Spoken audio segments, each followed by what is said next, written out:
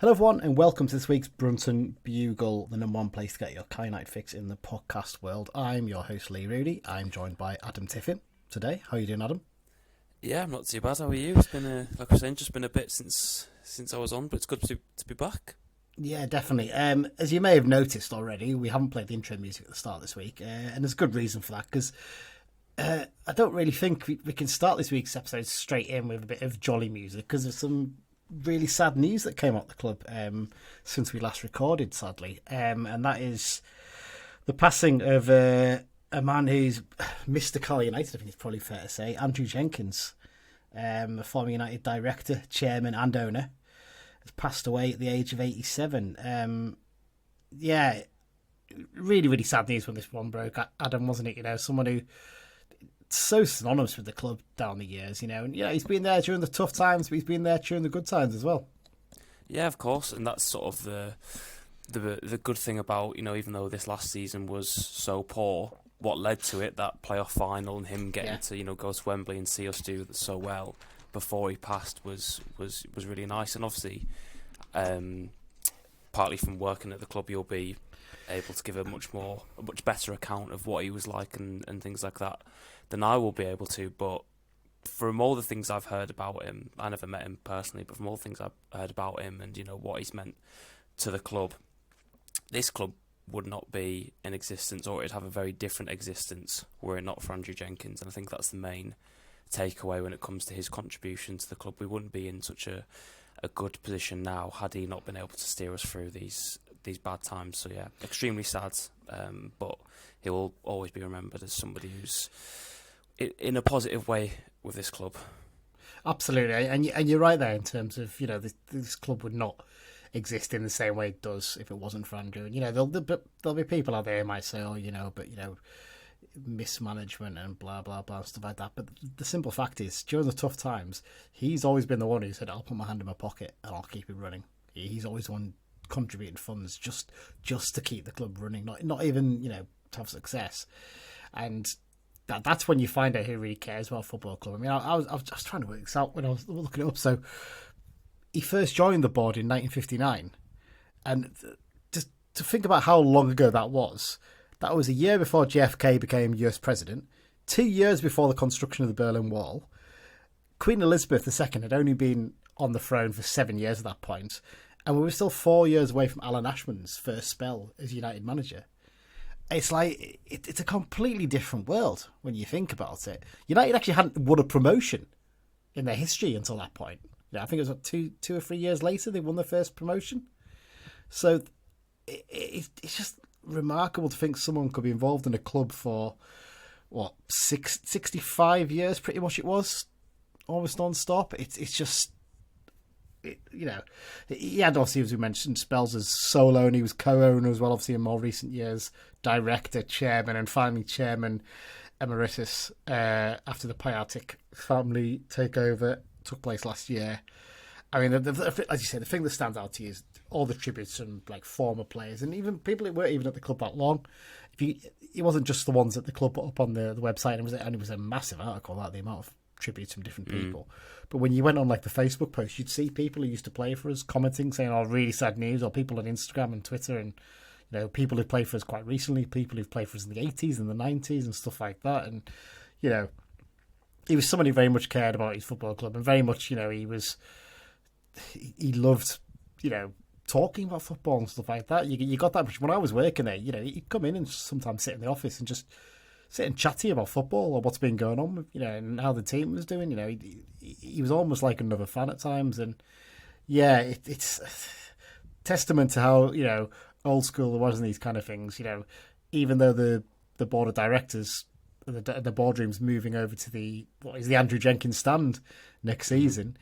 He wanted to stay in the main stand because that's where he'd sat for years and years and years, and they'd actually sorted to have his seat moved because obviously the press box is moving into where the director's box was, and they'd sorted to move his seat, and sadly never got a chance to sit in that seat again. But his legacy is the fact that he got that last promotion and he did the right thing in holding on for the right new owners instead of just selling it to anybody. Because you see so many clubs gets sold to people who are just not suitable to be football club owners.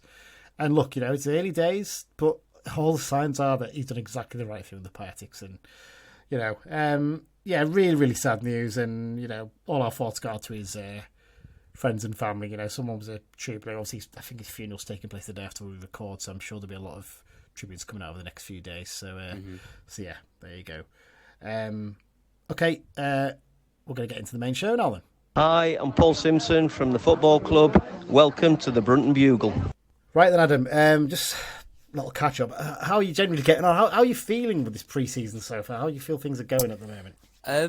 I'm feeling a lot better. I mean, to be fair, even last summer, as we all do as fans, I was optimistic with what was going on, but I think this time there's reason to be optimistic rather than just hope, as opposed to last season.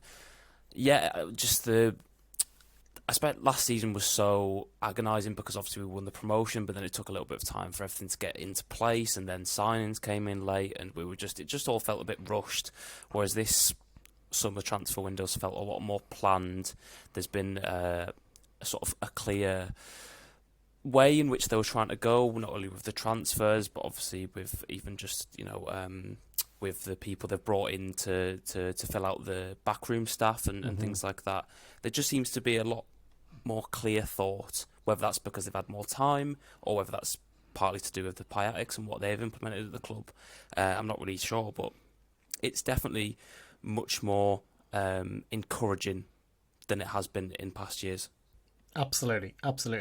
Right, before we get going into covering all the rest of the news-related stuff, and we're going to talk about the transfers that have happened in and out since we last recorded, and also a little bit of a review of the pre-season games. We're not going to go into great depth on them because, there's not really... I'll talk about my views on pre-season games when we talk about that bit.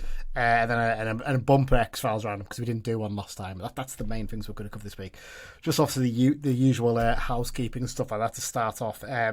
Got to mention our new sponsors of the season, the Carlisle United Official Supporters Club. Huge thanks to them for their support. Really, really appreciate it. They've done some fantastic stuff in the last few years in terms of sort of transforming the way CUOSC works, and obviously they've got a lot of stuff coming forward in the next couple of seasons as well. Hopefully, they're looking at rebranding and things like that.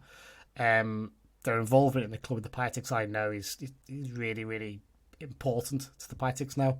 I would highly advise anyone, if they haven't, to go and sign up and become a member.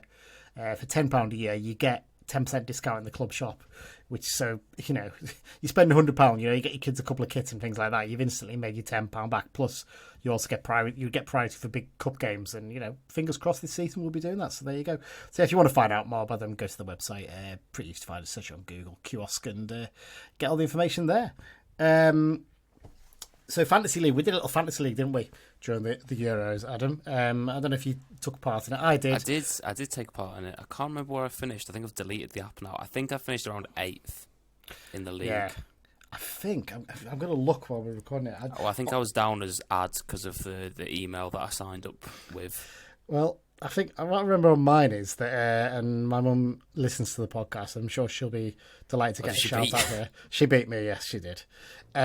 Which, to be fair, I actually forgot one of the rounds to do my transfers, and that really cost me. I did that I was on 2 separate apps basically. And I basically, cocked up and completely forgot one week to do my thing. So, I'm looking here. Yeah, you finished 8th. So, well done. You finished above my mum. She was 11th. Oh, that's good. I came 17th in the end. Regan beat me by 3 points. I should note that young Craig Robson, he came 13th. So you did beat Craig. So less of the crowing about things, Craig. You were crowing early on about being top. Didn't last, did it? I mean, you still finished ahead of me, but there you go. The most important thing is I beat my nephew Miles on another one of them.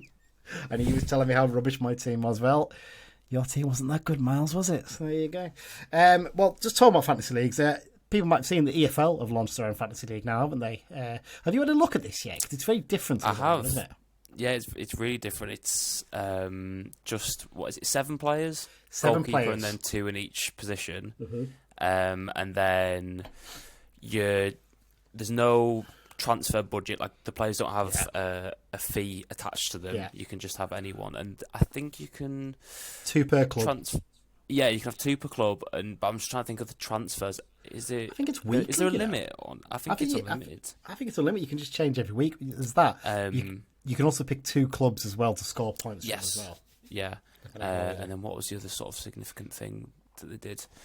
I can't remember. I mean, they've got different, like, they've got similar types of, like, you know, obviously captain and player gets twice the amount of points, all that sort of stuff. Yeah. But I attempted to build my first draft, and there's just so many players to pick from. I found it so hard. Well, I picked my first one, and I've stuck the lad that the Wrexham goalkeeper they signed from Arsenal this summer. Okonkwo, yeah, he's my goalkeeper. My defenders, I mean, have a guess who one of my defenders is going to be. Well, Mellish. Of course, it's going to be John Mellish. I mean, you'd be mad not to. So John Mellish is at the back with me. Sean Raggett as well from Rotherham. I've got him in. And my midfield, and I think this is weird because I'm sure he's more of a winger, like a attack back. Well, Sammy Samodics in there, and Kyle Dempsey because I like to put Carlisle United connections. I in think there. Samodic could be off to the Premier League soon. So you might have to change that. I probably will have to change it, but I'm just keeping it in there for now. Yeah. And my attackers are Charlie Wyke and Adam May. So Alfie May. Sorry, I'll shamefully admit that in the 4 players that I picked, none of them were Carlisle, but 2 defensive spaces were open, one of which will be occupied by John Mellish. Of course, I had Anthony Patterson, goalkeeper for Sunderland, in net. Tommy Lee, who's just went to MK Dons from Accrington Stanley in midfield, and then Alfie May, like you. I mean, that's just if you don't have Alfie May in this EFL thing, you're not helping yourself at all. And then Emmanuel Latte Laff, the Middlesbrough striker, alongside him. The thing that's baffled me is that Charlie Wyke has been picked by as many people as have picked Cameron Harper, Aaron Hayden, Luke Armstrong. There are only 0.1% people. Well, it'll be it's the 0.1% of Carlisle fans among the EFL fan base. Yeah, but surely most people know. I get what you mean, yeah. It's a strange one, because the only one comes near is Billy Sharp, really. But there you go. Anyway, rambling on here. I'm saying that because I've set up a Brunton Bugle league on that. I will put the details of it on our Twitter feed. I'll try and read it out on the next episode. I think it's like a complicated code usually, isn't it, for these kind of things? Yeah. So, what I'll do is I'll let people know what that is. Just put the code on like a tweet or something, then people can just copy and paste it. Yeah, absolutely. So yeah, if you want to get yourself signed up, and we'll have a little competition this season. See who comes out on top. I'll give a shout out who came on top on the Brunton Bugle. Michael Douglas. Well done, Michael Douglas. I'm presuming not that Michael Douglas. He came top with 425 points. I think he was top for most of it as well. He was, and he was comfortably like 25 points ahead of second place. So yeah, well done to Michael for that. Other things to mention. In terms of contacting us this season, again, reminder, you can drop us an email, bruntonbugle@gmail.com. You can find us on Twitter @BruntonBugle. It's the same on Instagram and then on Facebook as well. I will try and keep that more up to date again this season. One thing we are introducing this season, and I'm apologies, we're 10 minutes in and barely talks about Carlisle United here. Some people I speak to at the games and stuff, they always ask, why don't you set up a Patreon? Why don't you do some work and help contribute towards the podcast? Look, we do this for the fun of it. We do it for the joy of talking about Carlisle United and that kind of thing. It isn't cheap to run at times, well, it's not overly expensive, but it's it does come out of our own pockets. So what I've set up, rather than a Patreon, because the problem with that is you then stuck to, I have to deliver this much, and real life can't get in the way of these things. So what I've set up is a Ko-fi. It's this thing online where you can just tip, basically. You can donate whatever you want, and I'm not asking for money. So if you don't want to contribute, that's fine. I'll keep doing this for free still. That's fine. But if you feel like contributing to help us towards our monthly costs and things like that, you're more than welcome to. And we'll put the details of that into the Twitter feed as well, basically. But if you want to find it, it's ko-fi.com/Brunton Bugle, basically. That's where you'll find the details of it, basically. So if you want to give us a little few quid that helps us towards studio costs and equipment and things like that, that'll be brilliant. If you don't want it, that's fine. We'll keep doing it for free. And there you go. Right, that's the housekeeping out the way. Let's get into the news. We obviously touched on the sad news of Andrew Jenkins already. Let's move into ground and training ground renovations. Not really been any update on the training ground, I think, since we last recorded, has there? I think it's all I don't think so, quiet. Well, it's working in the background, that one, I'm guessing. So yeah, I'd imagine so. What it is. In terms of the ground, obviously there's some videos been going up as usual. More on that shortly. It looks like from one of the last videos we've seen that the viewing area of the boxes in the East Stand is done now, doesn't it? It looks like they've actually finished that. Yeah, I mean, we are only, a couple of weeks away from the season starting. I mean, it was an obvious thing that Carlisle were going to be playing away from home on the first day of the season just because it gives them more time to finish it all. But, yeah, they seem to be progressing well with it. I mean, these things always, anytime you get anything built, rarely finishes on time. But they're obviously progressing well with it. We've just got to hope that for the fans' sake and partly for the sake of the Piatics and their blood pressure, that this thing gets all finished on time and, there's no big complications. But it doesn't seem like that's been the case. Yeah, it should be noted, you can go onto the ticket page now and you can actually book hospitality via the ticket page. You don't even have to contact the club or ring them up to book them like you used to in the old days. There is nothing listed for the East Stand for the Barrow and Stoke games. Now, that might be a precaution just in case, but you can get it for the Tranmere game, which is the next home game at the end of the month. So I wonder if they're just being overly cautious there just in case, and you might find a week before, boom, suddenly a load of them appear. Because I'm sure they'll be desperate to get it open for the Barrow game at the very least, knowing there's going to be a huge amount of fans coming to that game. Big match to start the season, really, isn't it? So there you go. Warwick Road End stuff looks like it's progressing well as well. Looks like the turnstiles are more or less done in the disabled viewing area as well. So that's really good to see. Yeah, I haven't been down. I've just been seeing these videos every now and then. So it's going to be so different. Obviously, I think Dan's been popping down somewhat regularly just to check on things, hasn't he? And so he'll have an idea of what it's going to look like. But I've just been. The only glimpses I've had is just driving past on Warwick Road and see what's going on. So it's going to be a big change seeing what it's all like when it's done. But an exciting one. Yeah, and I'm looking forward to seeing the big screen for the because the fan zone looked fantastic during the Euros. Really. It was really good. So yeah, really good stuff to see that. Let's move on to a little bit commercial stuff now. CUTV has finally launched. So this has been sort of trailed over the summer. This new video platform was coming to the club. They'd left the central EFL contract for website and for iFollow and set up their own in-house TV channel. I always sign up for this just because it's useful for the extended highlights and things like that when I'm preparing for the pod and things like that. So the setup itself seems pretty decent from what I've had a look through it. It's not too bad.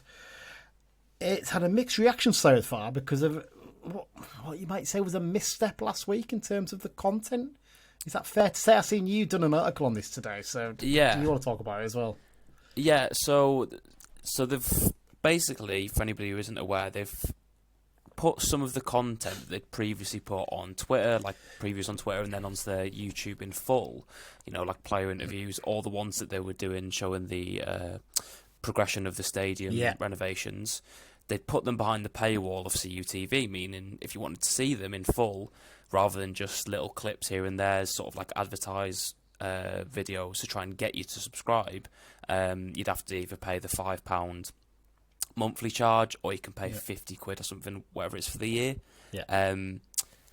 It's not gone down well, and it's probably, as I mentioned in the article, it's probably the first sort of fan-related off-field test or something that's gone necessarily wrong. It's not had a good reaction since the takeover because, obviously on-field everything's been bad, but off the field there's been nothing but good, really. So this is the first point where there's been a bit of a, like you say, I think a bit of an oversight and a lack of judgment and thought that's gone into it because, I think we can both speak on this, having worked in club media, that if you're going to charge people extra for, content, it's got to be a particularly high standard. It can't just be, player interviews and things like that. So, I think they've gone wrong on this one. But they did put the most recent renovations video up on Twitter in full for people to see, which would have made the people who've subscribed in part to see it a bit angry because they've paid their £5 to see it and then it just gets put on Twitter. But at least they've sort of recognised that they've gone wrong a bit quite quickly. Yeah, it is a tough one because look, at the moment it looks like they've abandoned the YouTube channel, which I think is a mistake. Because I think YouTube is a fantastic outlet in terms of getting information out there, and you only look at the views that most of the videos get. You're talking about 6, 7,000, 12,000, that kind of thing. You know, it's a good audience to be able to get that out to. Yeah.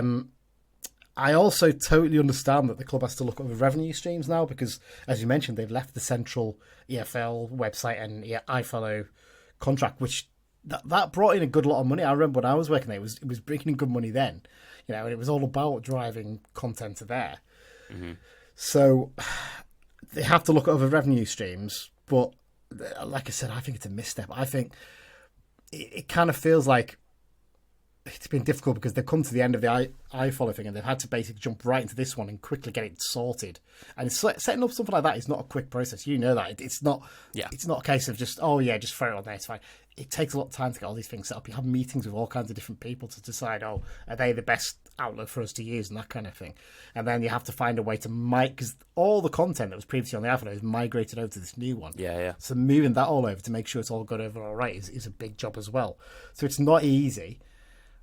I think it's a mistake to then, as you mentioned, stick all the player interviews behind the paywall. At the very least, if your player interview is going to be, say, 10 minutes long, put a 3-minute preview up on YouTube, maybe the first 3 minutes. I think all of Simo's interviews should be on YouTube. That's my personal opinion. I don't think the manager interviews. At the very least, you need to be having 6 or 7 minutes of the manager on YouTube. Maybe you keep 3 or 4 minutes over for the people who pay the extra. That's fine. Or the alternative is you put them first on the CUTV with the understanding that a couple of days later they will go for free on the YouTube channel or something like that. I could get that a little bit more. It's not quite as good. I still think it's a little bit I think that would encourage people to not. I think people would just wait and not pay for it. I get what you mean with it, but I think personally, if I knew it was coming out 2 days later, I'd be like, I'll just wait for it. Yeah, no, I get what you mean with that as well. It's a fair point. Because interesting, I had actually had a look on them. They've done a feature on there. I think it's a ping pong challenge with a couple of the players up at St Andrews when they were doing the training stuff, and it was like, actually, that's not a bad little thing. You know, that's the kind of extra thing you want to see. You want to see a bit behind the scenes. You want to see the player's character, that kind of thing. Yeah, put that on there. That's perfect. But my other problem is the quality of the content has not been great either.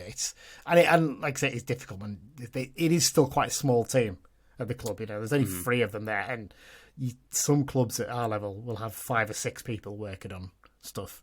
So it is difficult that they have to manage a whole website, plus do all this video content, plus do all the socials, and plus, you know, deal with media queries and things like that. It's not easy with that number of people.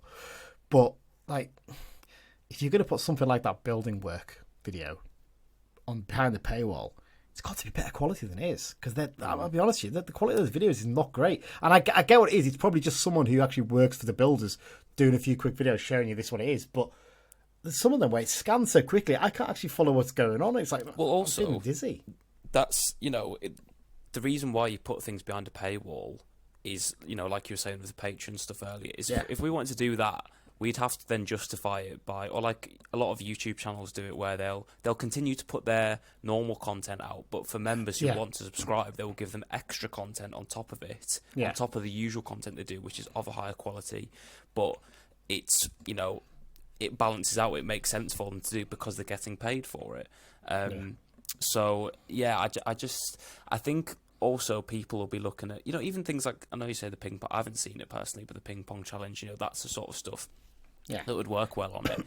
But that's the sort of thing that I'd see on, I don't know, like Port Vale's TikTok page, which is completely free to use, and it's, you know, I haven't seen the quality of it, but it's that sort of thing where fans will look at it and go, wait a second, you know, pretty much the rest of the clubs, this type of content we don't have to pay for, but with us, we've got to pay for it. It just doesn't seem, it won't sit right with people. I know, I get that. What all you do then is you do like a small taster video, because I think the ping pong thing's about 8 or 9 minutes long.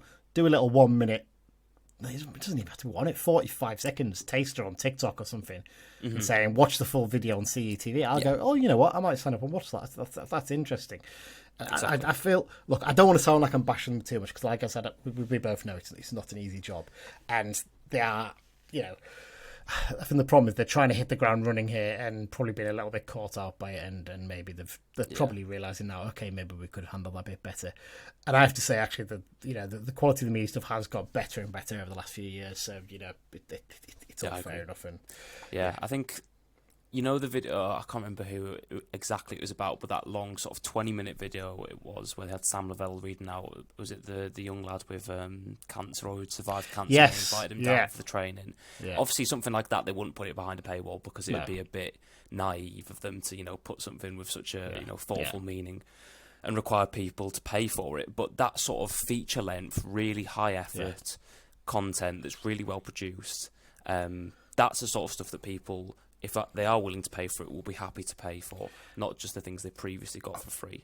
And I think the problem is now for any media team is that you've got YouTubers and vloggers who do stuff on match days and stuff, and everyone's like, "Oh, look, that's so well produced." And it's like, yeah, that is, but that's literally the only thing that person's doing. That person's not doing all the other jobs behind the scenes, so it's not as easy as just, we'll bang something out like that. Maybe they need someone who's dedicated to just doing video content. I don't know, but we'll see how things go. I'm sure things will get better as it goes along. But as you said, early impressions are there's things to improve. That's probably the best way of putting it. Couple other bits of news before we talk about transfers. Fixture change. This was announced after we recorded last time. No massive surprise on this one. The Barrow game has been brought forward, the kick-off from that to 12:30, and it's been done so because it's going to be live on Sky Sports Plus. It's our first exclusive game, if you want to call it that, to be shown live on the new platform. Obviously, also, the games against Gillingham away on the opening day and the Stoke City home game in the Carabao Cup will also be available on Sky Sports Plus, along with every other game of that weekend and in the first round of the cup competition. It's going to be very interesting to see how this goes, isn't it? Because there's a few games on at once, but I think it's a great look. Sky must have looked and thought, great, that's an obvious choice to go for this one, wasn't they? Yeah, I think it will be interesting. Sometimes, as we've seen already from some of the things that have been rescheduled, they're shifting fixtures purely for the sake of making up the numbers. Like, I think there was a Notts County game or something they're playing. I can't remember who it was, but it's been moved to something like that. Yeah, and it's been moved to Thursday at 8 o'clock or something like that. It's just I'm not looking forward to it. Times. I'm not looking forward to a game getting moved to. Yeah, and one of them's probably going to happen to each club throughout the year. Yeah, but it's good that all of our first three games are going to be on TV available to watch. Annoyingly, I'll be at all three games, or I'm planning to be at all three games, so I'm not going to get the benefit of getting to watch it from home. I think the last game I watched from home was probably Exeter away in the playoffs. I don't think we've really had any TV games from then, apart from the playoffs a couple of years back. Yeah. So you're going all the way to Gillingham? Yeah, well, my brother lives in London, so I'm going to go down and see him. Yes, yeah. You have to give us your thoughts on the town of Gillingham when you come back, because it's one of those places I've been once, never really want to go again. So there you go. Well, we get a few of them travelling away with Carlisle. Oh, Gillingham's very special in that sense, and the away end as well. That is an experience. But there you go. Right, I think we've covered off news, so let's get into. In fact, how long have we been recording now? Should we take a little break? Let's take a short break. And then when we're back, we will be talking about transfers and pre-season fixtures. This is John Mellish. You listen to the Brunton Bugle. Yes, we're back for part 2 of this episode of the Brunton Bugle. We will be talking about Big John shortly in the transfer section. Because of, not a rumour, something that was confirmed actually this week. Start off with departures. And one that was a little bit of a surprise when it came out, wasn't it? Because it wasn't someone I think anyone expected to be leaving this summer. But he's gone. Jack Armour has left the Blues for an undisclosed fee, reportedly around 125 grand with some add-ons, is what I've been told, to join Burton Albion on a 2-year deal. I really didn't see this one coming, did you? I sort of did, because I'd heard a little bit about it. And the sign of... I'll tell you a secret, I had heard about it before it happened. But when I heard about it from a source, I was like, wow, that's not what I expected this summer. No, I didn't expect him to leave. I thought the fact that they brought in Cameron Harper was a bit... Obviously, because I know Robinson wasn't going to be fit for the start of the season, but he was going to be fit eventually. So I thought there was then room to manoeuvre with one of them. I didn't know whether Armour or Robinson would be the one to go. Obviously, it ended up being Armour. I'm, to be honest, quite happy with it. Not because I'm happy to see him go, even though he does have his flaws. in his game, as every player at this level does. But more so just the fact we've been able to get, a seemingly decent fee for him, for a player that, I know he's has still a couple of years left on his contract, but it wasn't, a really, really important player to the team. I think he's somebody that can be replaced and hopefully will be potentially bettered by Cameron Harper. Obviously, that's not going to be an easy task, and I've actually got an article coming out on that at some point soon. But yeah, I'm generally happy with it.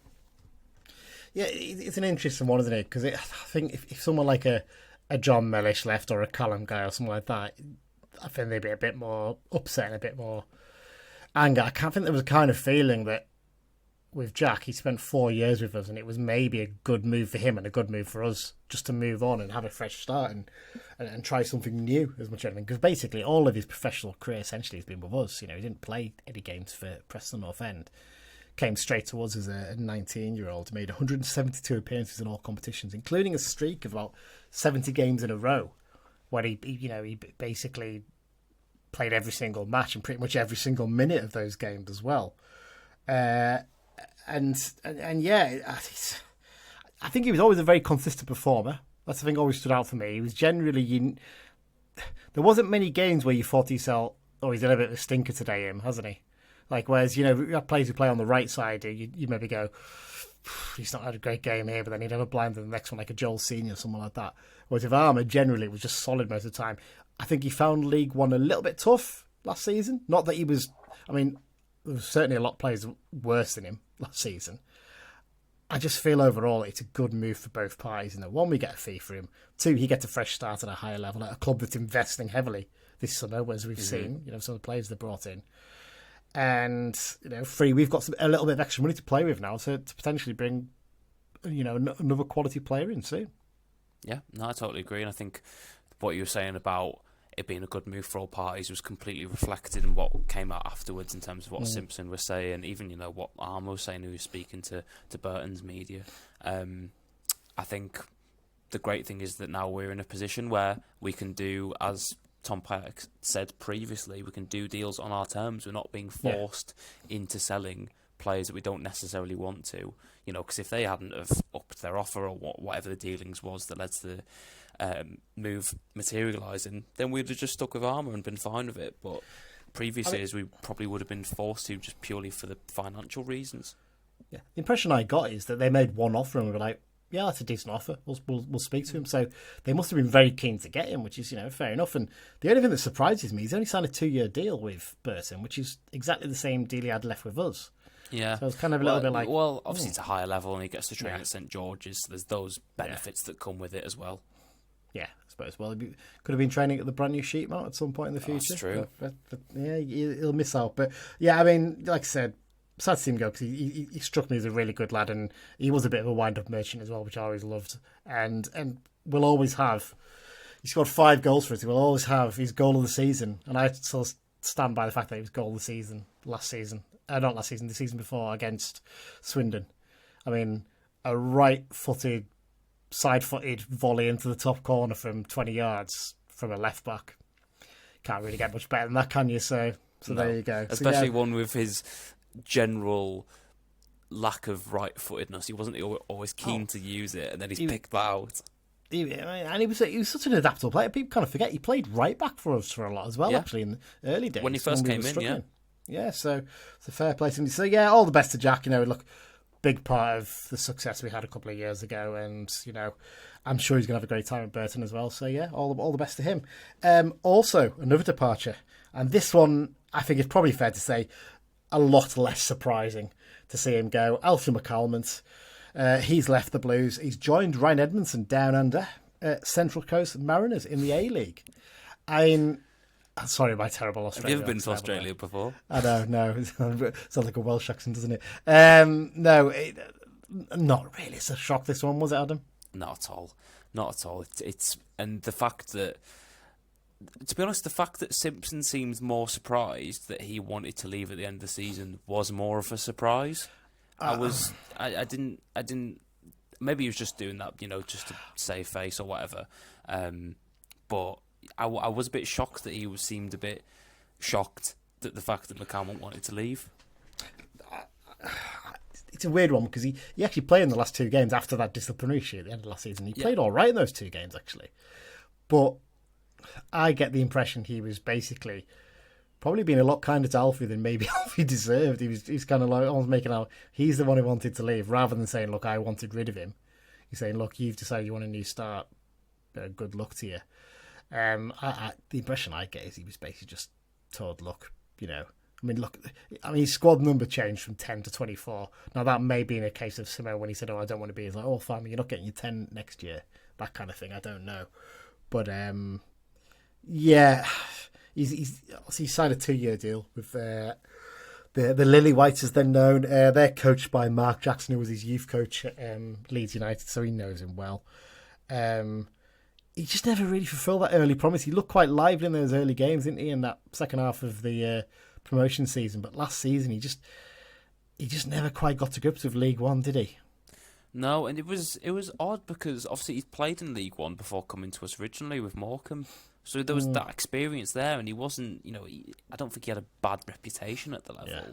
So, but yeah, it just didn't seem to click for him really, which is sad because there's glimpses of a good footballer there and somebody who could have done well at the level, but it's just, like I say, it never really came together for him.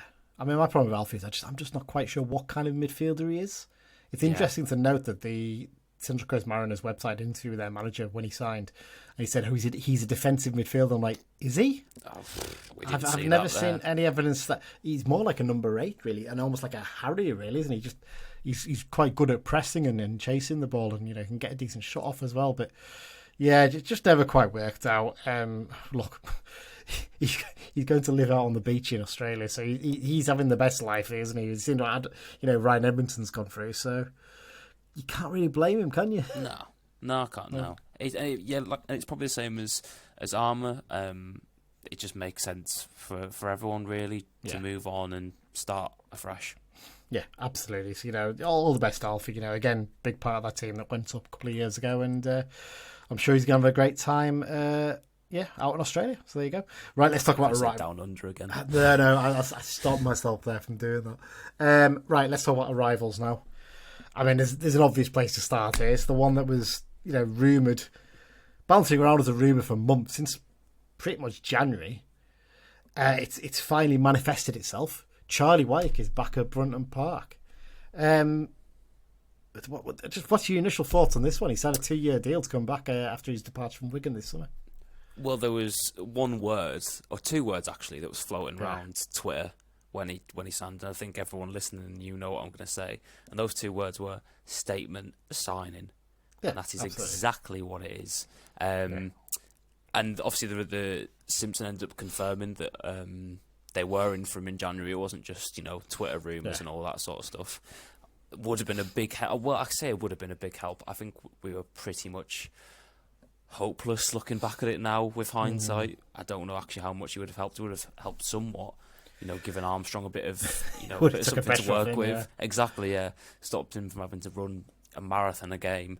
But I'm very, very pleased because I think people have actually overlooked what he did in League One last season. He was scoring at a very good rate, and then just Sean Maloney stopped picking him, really. Well, he got sent off, didn't he? Scoring was, I think he got sent off in a game, and I think basically when he came back from suspension, he had a bit of a fallout with Maloney, and essentially was barely picked after that. Hence why he went out on loan to Rotherham, second half of the season. Yeah, but like I say, his scoring rate, I think he scored at something like 0.3 or 0.4 goals per game. It might actually be higher. That I'll try and find it. It was in my thread that I did. While you talk about some of the people he might have annoyed. Oh, yeah. So, obviously, originally joined the Blues back in 2015, it was. Spent, basically 2 seasons over two half seasons and a full season with the Blues before he signed for Bradford City for $250,000 in January 2017.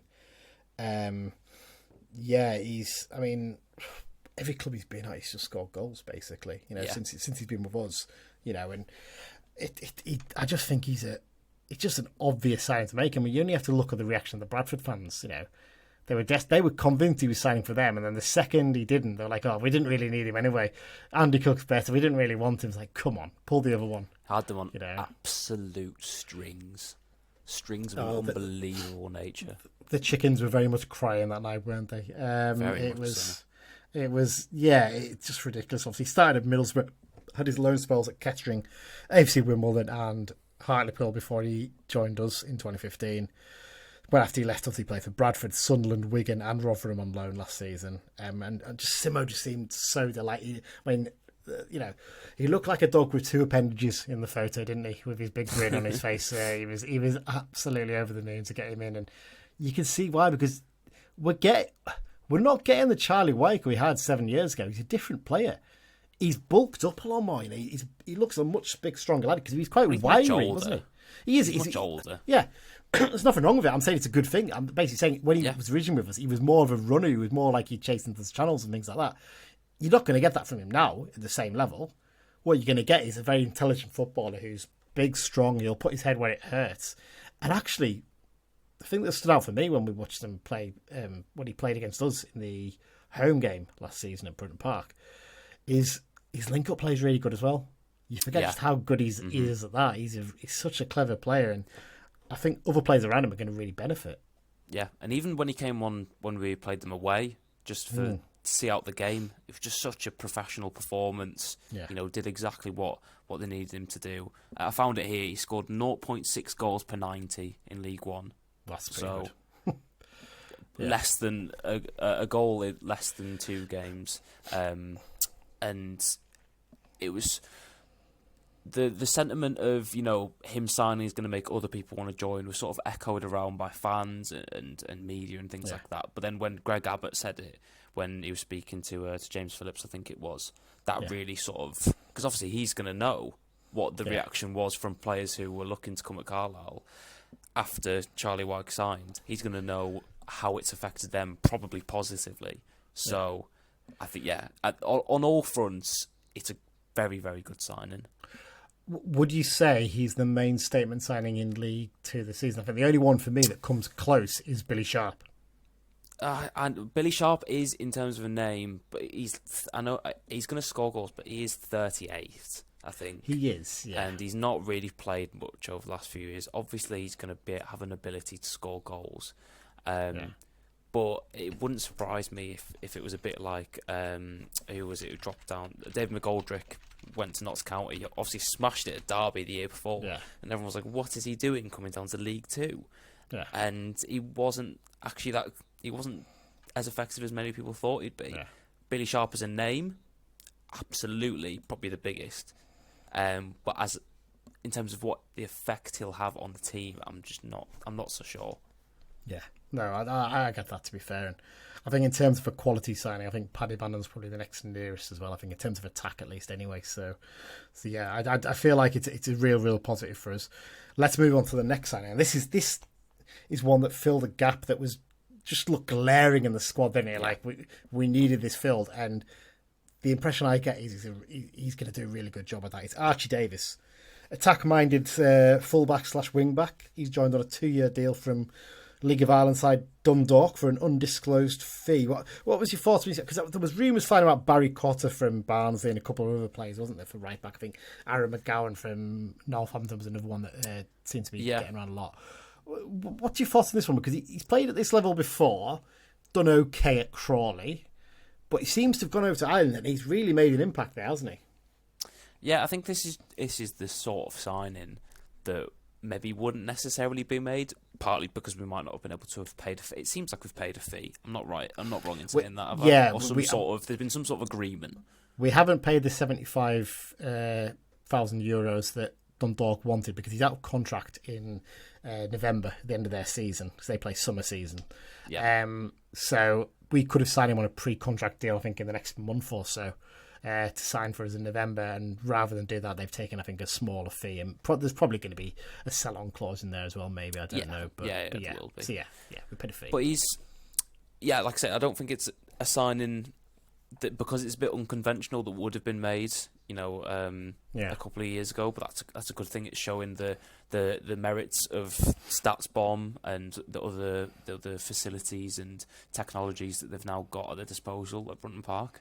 But like you say, it's an area that really needed filling, and one that I wouldn't be surprised if they got another option in there, whether it be like a loan or something like that. Yeah. I know Jack Ellis is obviously, probably the number 2 now, but with his injury record, do you want to have Ben Barkley, who's equally got not a brilliant statement of, staying fit for a long time?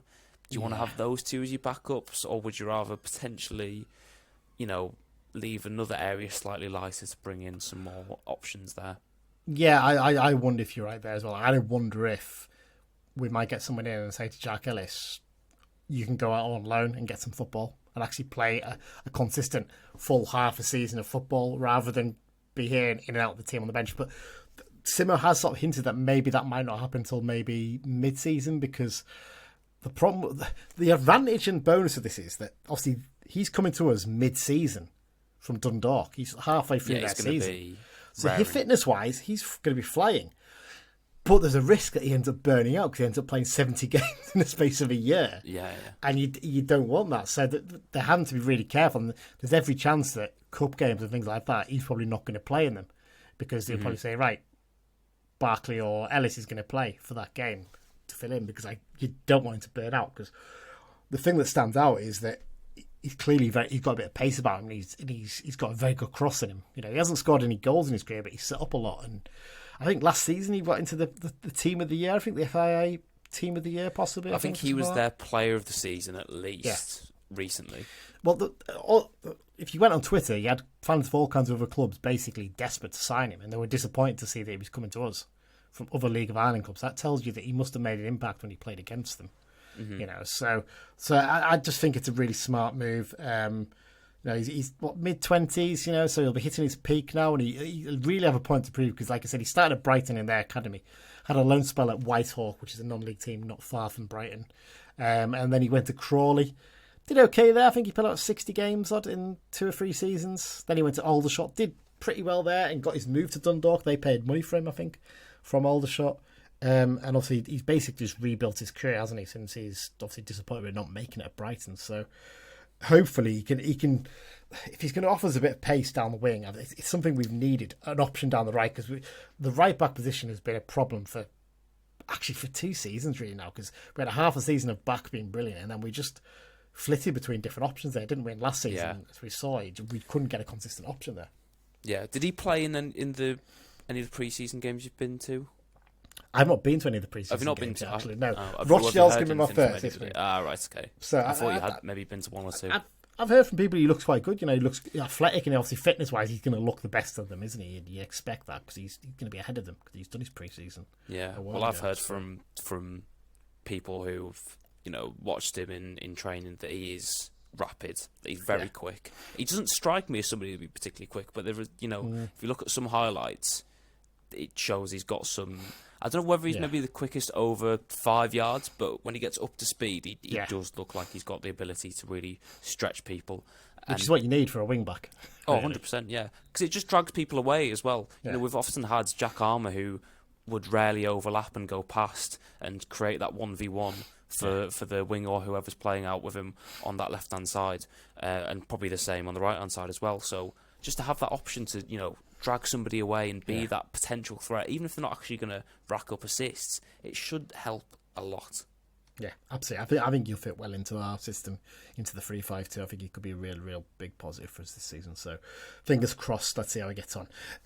Before we talk about a couple of rumours, so where do you think that leaves us now in terms of who we need to bring in next? What areas we've got left to fill? Because I feel like we've got 3 good centre forwards in Wyke, Kelly and Armstrong, with Butterworth who can sort of play as a forward, but I still don't know what his best position is.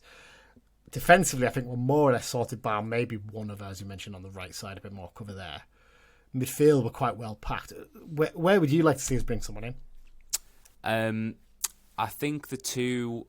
you could probably mould them into one, but just that sort of either wide attacker or creative midfielder who can play Yeah. in that three in the middle, who's got a bit more of a license to get forward and link play with the strikers. I know Jordan some Gibson people, type.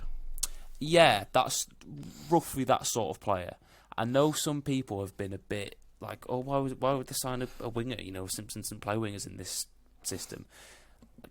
We so often would use John Mellish with his versatility and push him into midfield, and then go to having one either side of the striker. But we can't do that if we've got Georgie Kelly and Charlie Wyke. You can't put one of them on the wing. So there's got to be, and even for later in games, you just want to have somebody who's going to be able to get out wide, put crosses in, be that threat from out wide. If somebody's going to hug the touchline, I don't understand why people so sort of negative towards signing a player who doesn't necessarily fit into the main system. I don't think it necessarily needs to be a full-blown, he's just a winger. I think you need almost like a striker who can play out wide. I'm loath to mention his name again because he's, just harking back fast. But an Amari Patrick type who can play as a central striker but also can play out wide. That's the kind of play, almost like a J.K. Gordon even. I'm not saying I'd want him because he's gone to Colchester now. But someone like him who can play that central position but actually got a bit of pace about him, could actually play in that wide position if you need him to. That's the kind of thing. And I think that's where your loanees come into it, actually. Because they're not going to be guaranteed much. And there's, on to the rumours, Simmer has confirmed we are close to it.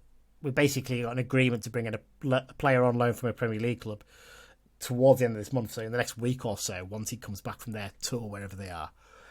A lot of rumours about a lad from Bournemouth has been suggested. Not entirely sure who. That's the one's been flying around for I know who it's probably going to be if it's going to be the lad from Bournemouth. Well, it makes sense for it to be this lad. Let me. This guy called Daniel Adu-Ajay. The one who was on loan at Leyton Orient, I think. Yeah, last season. That just sort of makes sense if it's going to be. And with it being Bournemouth, that'd make sense as well. Given Simpson said it's somebody who's probably going to be coming in at the end of the month, and their pre-season, at least their pre-season abroad, finishes before the end of the month. They'd be able to get back for that period where Simpson expects him to come in, so that lines up as well. I didn't expect us to get a lad from Bournemouth. No. Just, geography and all that sort of stuff, and I can't remember the last time we had a loanee from Bournemouth. I was expecting Crystal Palace. Well, I was as well, because as was everybody.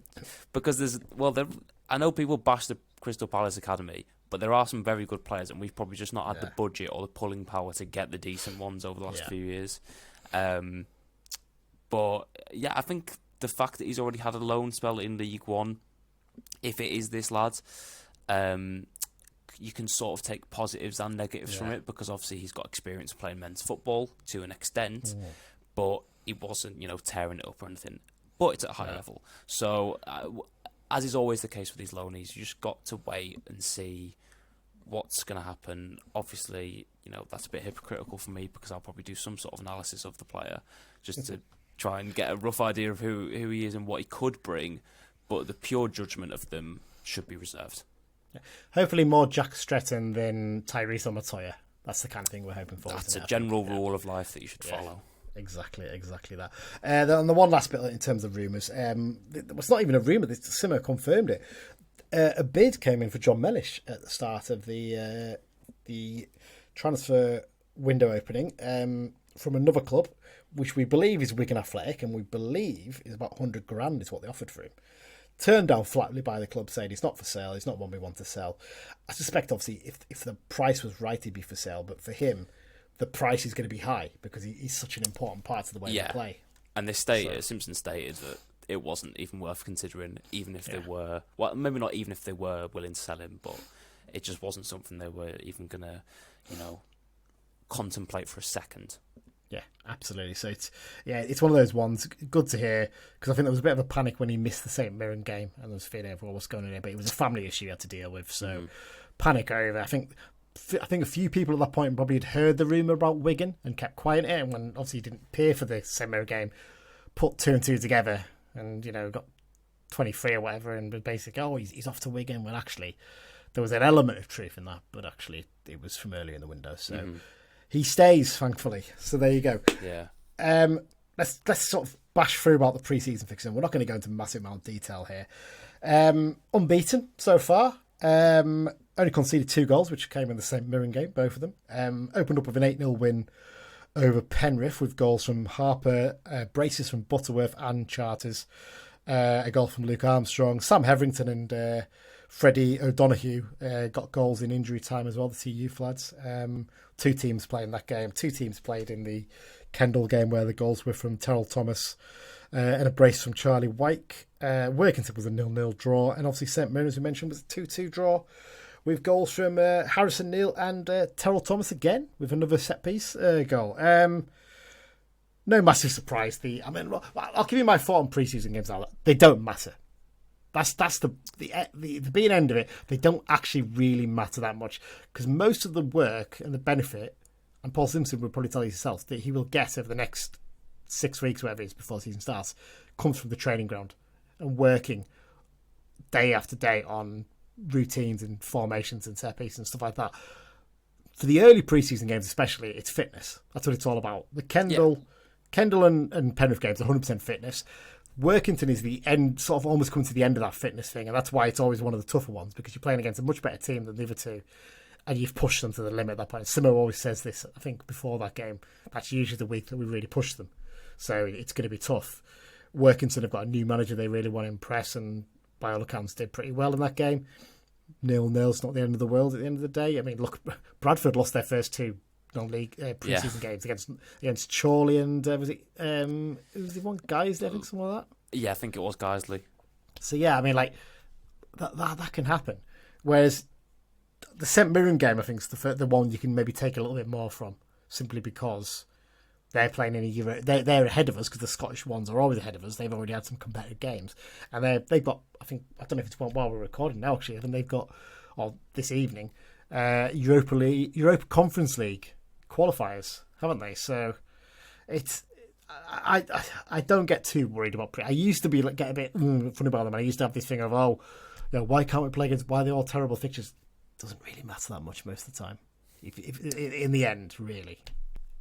No, I agree. There's not a huge amount. There's a few things I think you can pluck. One of them being the youth players and who sort of emerges and impresses. Because it seems like Freddie O'Donoghue's been one of those players who I think Simpson said didn't expect to burst onto the first team scene, but has done so well that he's taking his chance.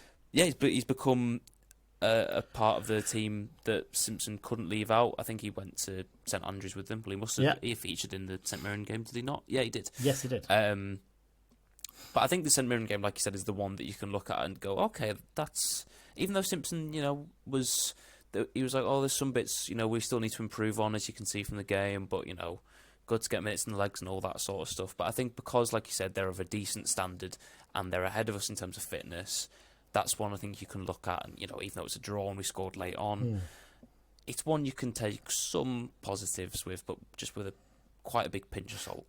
Yeah, I mean, and the thing that stands out for me is the subs are very much made on specific times. A set of the subs made on 60 minutes and a set of the subs made on 75 minutes. He's got a plan for that game. He's not actually worried about how the game's going in terms of performance. It's more a case of these are when that you're going to play in this game. It's a very, very clear way it's been set out. So, never read a huge amount into it tactically. It's more working on little bits of systems and shapes and things like that. And yeah, I just feel like it's a good test. And you mentioned there, Freddie O'Donoghue really made an impact. The Manx magician, as I'm sure he's going to get christened at some point from the Island Man. It's all about taking your opportunities and things like that. And Simmer has sort of said once we get another forward and he's probably going to go back to being with the youth team. But what he's done there, he's planted a seed in Simmer's head and gone, okay, if I need some extra players during the season to come in and do, training with the first team, I can turn to him. I know I can rely on him. And actually, he might even get a chance to feature in like the trophy games and things like that. So fair play at that. And it sounds like the rest of the youth players actually have come back and done well as well. They've impressed. I know Josh O'Brien obviously has gone out on a sort of half-season loan to Carlisle City. So maybe for him, he was always going to be tougher because he's a centre-back, isn't he? And if there's one area where we're heavily stacked, it's a centre-back. He's not going to get a chance. Yeah, exactly. So it's always going to be tough for him. Whereas, other players like, obviously, Aaron Fitzpatrick has had his chances because he's left-sided. And And by all accounts, he's looked quite decent, although Simo's got a few issues with some part of his game by the sounds of things, maybe. Yeah. But, I mean, I would say the rest of them have done really well. I mean, I keep saying this. I refuse to believe that Jake Allen is only 18. He's such a big, strong lad, and like I know, really but I think you him. forget that like there was people in school who were. I mean, I'm not, I'm not like a.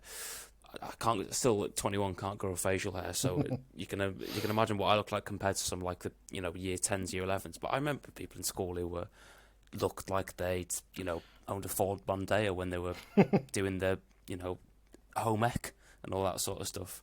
So yeah, it doesn't surprise me, but I do get your point. He just looks like a really big lad. Every time I see him, I'm like, what on earth? It's just mad. But yeah, no, all the young lads have done really well.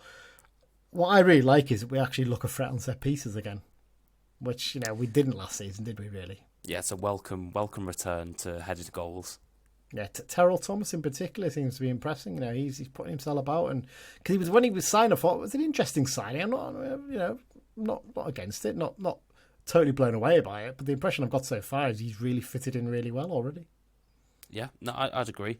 I think I was maybe more optimistic than you sounded like you were when he first came in, just because of how many games he'd played for Charlton. I know Charlton had a horrible defence last season, but he'd played so many games at League One level, and also the fact that you could look at this two ways. The fact that he'd spent most of his career in and around London and then has decided to come up to Carlisle, either you could either argue it shows total commitment to what's going on, or he got offered quite a good wage. I'd imagine it's probably a bit of both. Yeah. But it seems to have worked well in our favour, regardless of the motivations behind the move. Yeah, definitely.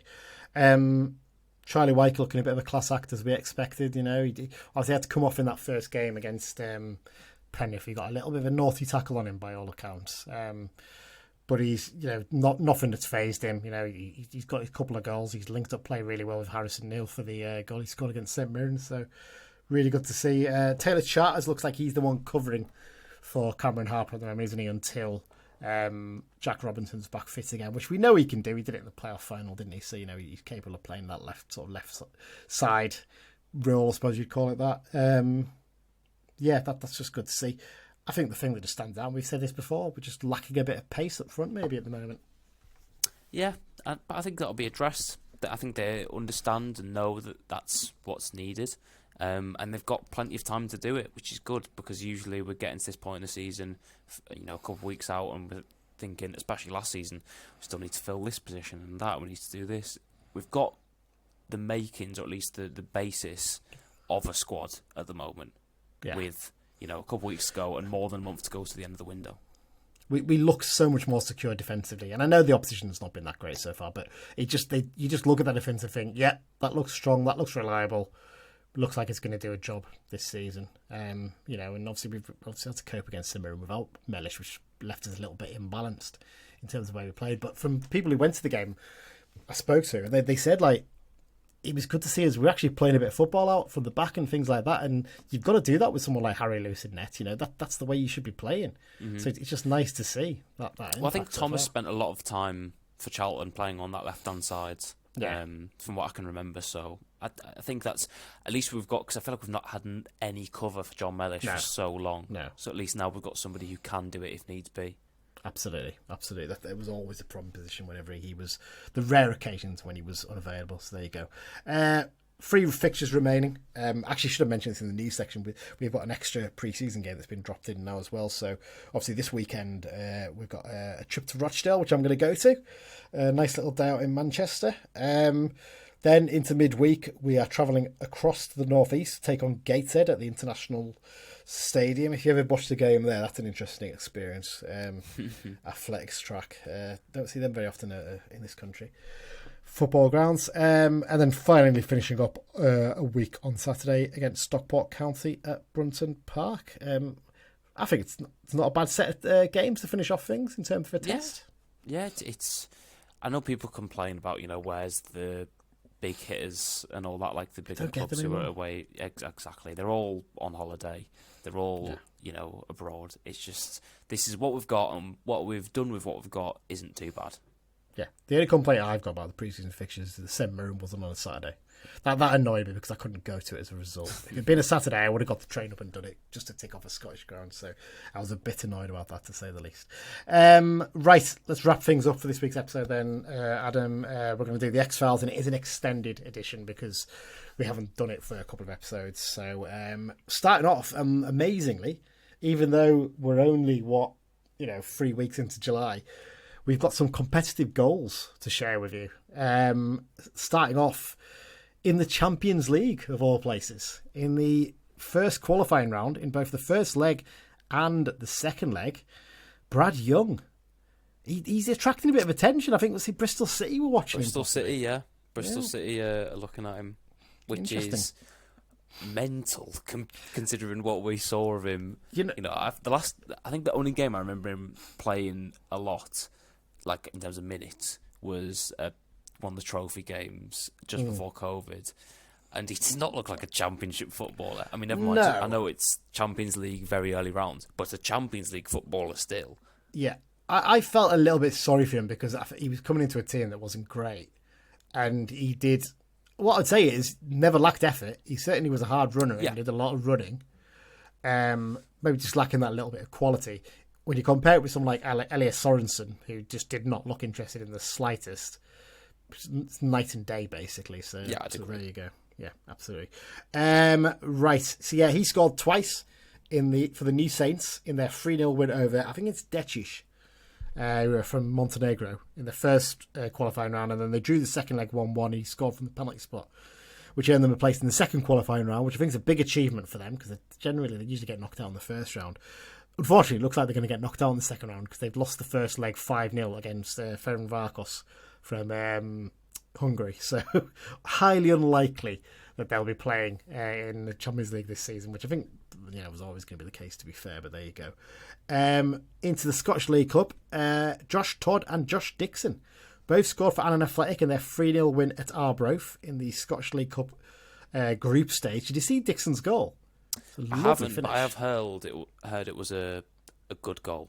Yeah, he just sort of picked up a loose ball on the edge of the box and sort of cut in and smashed it past the keeper from 20-odd yards. Really, really good finish. Really good to see because he's had an absolute torrid time of it, and I really hope he can get through his injury issues and actually start playing football regularly because he's got the talent, 100%. And Brennan Dickinson, he scored for Queen of the South in their 3-1 win at East Kilbride, also in the Scottish League Cup. Someone was telling me the other day he was playing centre-back for them against Aberdeen in their League Cup game against Queen of the South. It's insane, really. I never would have had him down as a centre-back, but there you go. He still lives in the area, though, doesn't he? Because I think someone was saying he was actually in the fan zone for a couple of the games, right, in the England games, in the Euros, I think. Yeah, so fair play to the lad. Right, transfers. We've got a lot to bash through here, so I'll try and do as many as I can. Looking at players who were released by us last season, Corey Whelan has teamed back up with Chris Beach, hasn't he? He's gone to AFC AFC Fylde, on a free transfer. Yeah, that's a good move for him, to be fair, I think, this one. Beach is putting together what looks like a half-decent squad for them. It's looking like our squad from the 2020 season. Yeah, well, it is, because there's a couple more. Zanzala and Joe Riley. Yeah, him as well. So there you go. So yeah, it's no real surprise. I'm glad he's got himself a decent move sorted, though, because he was always a good, reliable player for us. I'm a little bit surprised he's dropped down to the National League. I thought he could have done League Two again, but I suspect Fylde are probably offering some half-decent wages this season. So yeah, and I wonder whether it's also just location-based as well. Yeah, I think he's Cheshire based, isn't he? I think he's Wrexham. I think he lives in possibly actually as well. So maybe then. Yeah, so he's Wrexham, and it's not that quick to get to Fylde from there, surprisingly. But there you go. Max Kilsby, he's gone to Annan Athletic again on a free transfer, having spent first half of last season on loan there, then the second half at Queen of the South. But he was on trial at Gateshead, wasn't he? So, and I know he's from the North East originally, so I'm a little bit surprised he's gone to Annan. But I suppose Scottish League One higher than National League, maybe. Well, it's also maybe the option of what sort of minutes would he be getting if he'd have gone to Gateshead. True, that's very true indeed. Romeo Park, who was obviously part of the youth setup last season, he's gone to Carlisle City. I think he had a little bit of a trial at Workington, but didn't quite work out there for him. Jocko Anderson has gone from Reading on loan to Afturule. Oh, God, I'm going to have to try. I should have really looked at this before, shouldn't I? What we got?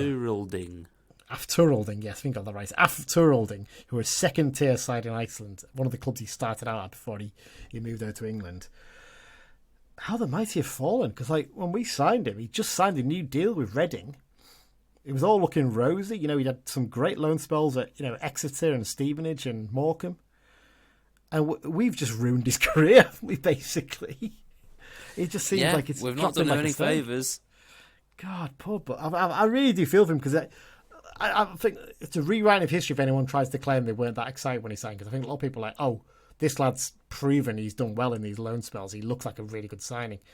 He wasn't, let's be honest. But there you go. Speaking of goalkeepers who didn't do that well on loan for us, Lucas Jensen. Lincoln City to Millwall for an undisclosed fee.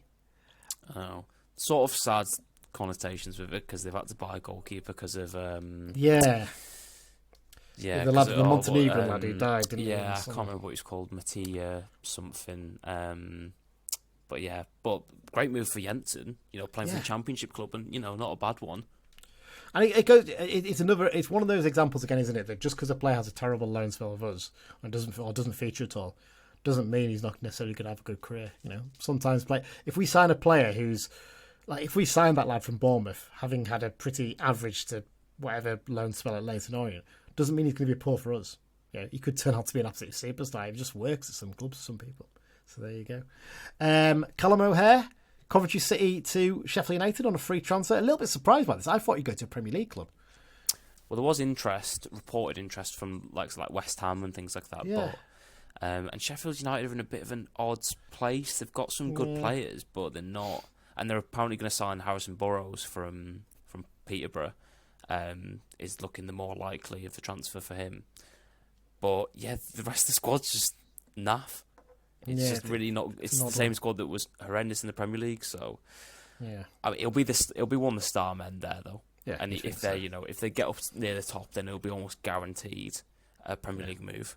Yeah, James Chester's signed for Salford City, having left Barrow in the summer. Pretty good move for him, to be fair. Kind of makes sense, really, back nearer to home. J.K. Gordon, he's left Crystal Palace this summer, having been released, and he's signed for Colchester United on a free. I think that's quite a decent sign for them, I know he didn't do that great when he was at Cambridge, but I think he did all right at Wimbledon, from what I can gather. They seem to quite like him. So, decent move, and obviously working under the... is it the Crowley's there thing still? Yes, that? Yeah, it is. Yeah, it is, yeah. Thought it was. Here's one. Here's proof of a rare example of someone who we let go, as in we release them, and they go and sort of prove us actually they were better than we thought. Joel Senior, he turned down a new deal with Morecambe this summer, and he signed for Bristol Rovers in League One. I'm pleased for him, because I think he's one of those ones we probably should have kept him, because we had so many injury issues at right back last season. He probably would have played quite a lot, but he's done well at Morecambe. He's shown what he's capable of. He's shown his fitness, and he's got himself a move to League One, hasn't he? Yeah, he's proved Paul Simpson wrong mostly. I think some people probably would have wanted to keep him on after the promotion winning season, but I think you could understand why they didn't opt to go with him, because of the injury that he'd suffered and actually how much he played. But yeah, he's done really well, especially in a Morecambe side. It's good that he's got out of Morecambe with all the situation that's going on there. But Bristol Rovers are shaping up to be a decent-ish team, as they usually are in League One. And it'll be interesting to see actually how much he's played and if he can kick on from what he did last season. Yeah, absolutely. Ozzy Zanzala, he's left Newport County this summer, and he's, as you mentioned before, he's also gone to AFC Fylde to join up with Chris Beach. That lad needs to stop listening to his agent, doesn't he? He needs to make his own decisions. Maybe he is making his own decision on transfer. I don't know, but I get the impression he's not, because he just seems to make poor decision after poor decision when it comes to transfers. Obviously, decided not to stay with us, went to Barrow. He might have been offered more money. Barrow probably was. Then he goes from Barrow to, I think he went to Exeter, didn't he, for a loan spell? Then he left them to go to Newport. It just doesn't feel like he makes good decisions when it comes to transfers. Well, maybe he just needs to go down a level. Maybe that might be part of it. Because there was glimpses, but it wasn't always. Yeah, he's got ability. But he might just need to go down and be like one of the best players in the National League, if that's going to be the case. To then get himself back up to League Two level. Yeah, absolutely. Ben Amos, former loanee from Manchester United, he's left Wigan Athletic and he's signed for Port Vale on a free transfer. They've got a good-looking squad for this season, haven't they? Yeah, and they've just signed Ben Henahan, who was one of Port Vale's main centre-backs last season. Not Port Vale, sorry, Fleetwood. Yeah, yes. One of Fleetwood's main centre-backs last season. They've just signed him.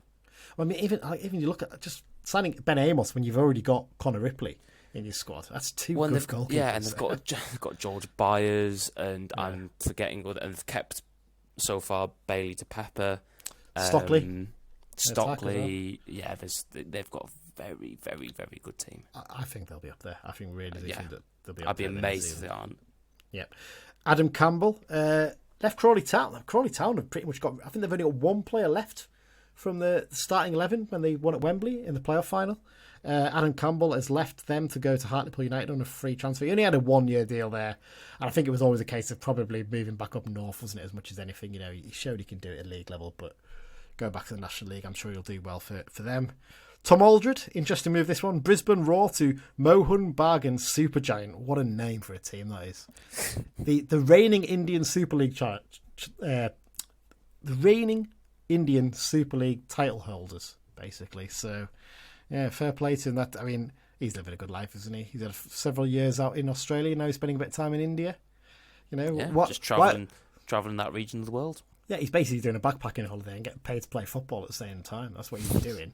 And he doesn't have to go to places like Gillingham, Colchester, and, you know, God knows what, Crawley and places like that, wherever you go. So fair play to Tom.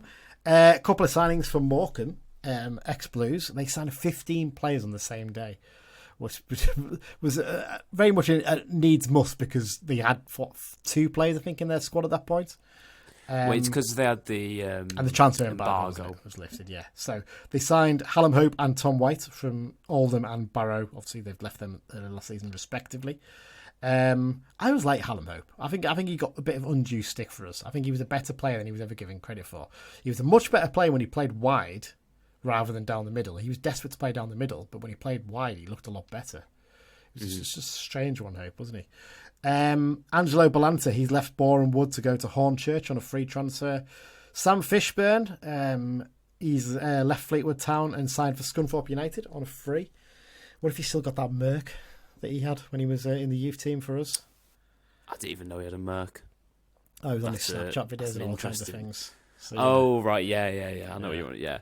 That's it's an interesting choice when you're, whatever you would have been, 17, 18. Yeah, I think sometimes getting Premium ahead of yourself a little thing. bit. Exactly. Richie Bennett, he's left Scunthorpe to join Scarborough Athletic on a free transfer. Ethan Walker, he's departed Blackburn Rovers in the summer and gone to Ayr United, north of the border. Sonny Hilton has got a few stops up the Merseyrail Northern Line. He's left Bootle and signed for Southport on a free transfer. It's strange because he clearly had a bit of ability and he just struggled to get any football last season, didn't he? I think he played about 10 games for Bootle. He's just... I mean, he was a nominee for the Premier League 2 Player of the Year a couple of years ago.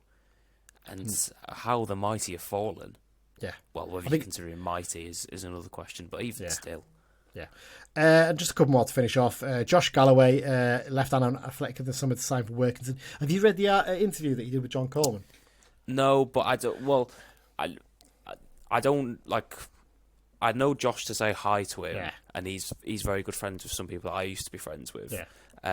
So I sort of know some details about what happened with him leaving, but it is good that he's turned his he's found the passion for the game again, because I can't imagine being in that Premier League academy system where everyone's just a number basically, just losing that passion for the game. So I'm glad to see that he's back and doing what he enjoys and what he set out to do since he's a kid.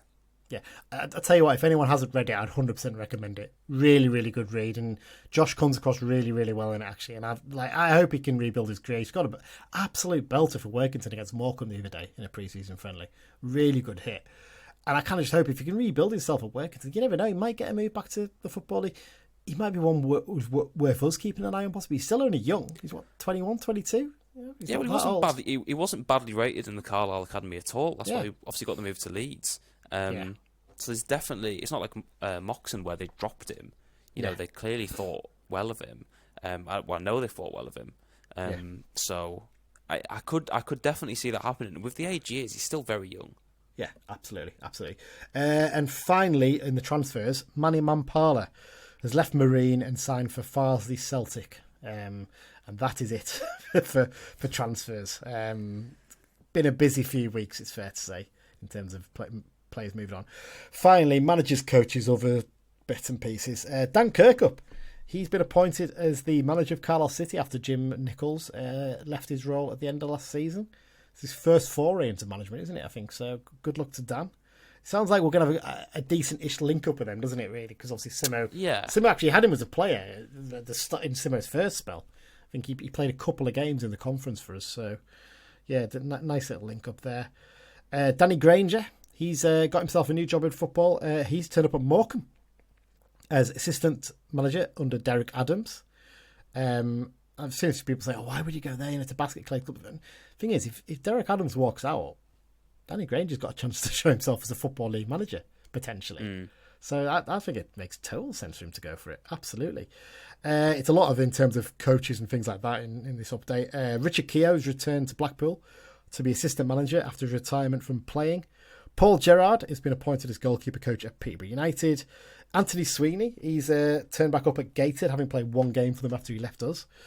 Rob Edwards, and for anyone wondering, this is the other Rob Edwards, the one that played for us in the early 90s. Cockermouth lad as well, actually, funny enough. He has turned up at Forest Green Rovers as their new first-team coach. Mick Galloway, Josh's dad, he's been appointed assistant manager at Mickleover FC. Jamie Proctor has announced his retirement after leaving Barrow at the end of last season. I mean, it just injury after injury for him, wasn't it? He could never stay fit, which is his biggest problem. Here's a belter. Max Crocombe has won the OFC Nations Cup Golden Glove for New Zealand. Didn't concede a single goal in the competition. But when you're playing the likes of Micronesia, Fiji and Samoa, maybe not that much of a surprise, I suppose. But there you go. And finally, a nice little positive one. Dav Symington and Nicky Adams were in the starting 11. And Dean Firm was on the bench in the Northern Premier League Premier Division team of the season. So well done to those lads. And that's it. Got to the end. I thought it wasn't going to be too long, but actually we've got a bit longer because of that X-Files section. So many, I was going to say there's so many X-Files. Well, we will be back to doing that regularly, weekly from this point onwards. It was just we didn't have time to properly collate it in the previous ones. That's it. Thank you once again to our sponsors, CUOSC. Really, really appreciate it. As I mentioned earlier in the episode, if you feel like donating to help us, more than welcome to. If you don't want to, that's fine as well. So it's ko-fi.com/Brunton Bugle if you want to find deals there. We'll put it on the Twitter feed as well coming up. What have we got coming up? We've got the Rochdale game review, so me and Mike are going to that, so we'll do a little mini review afterwards for everyone. We've got some interview episodes we're trying to get sorted.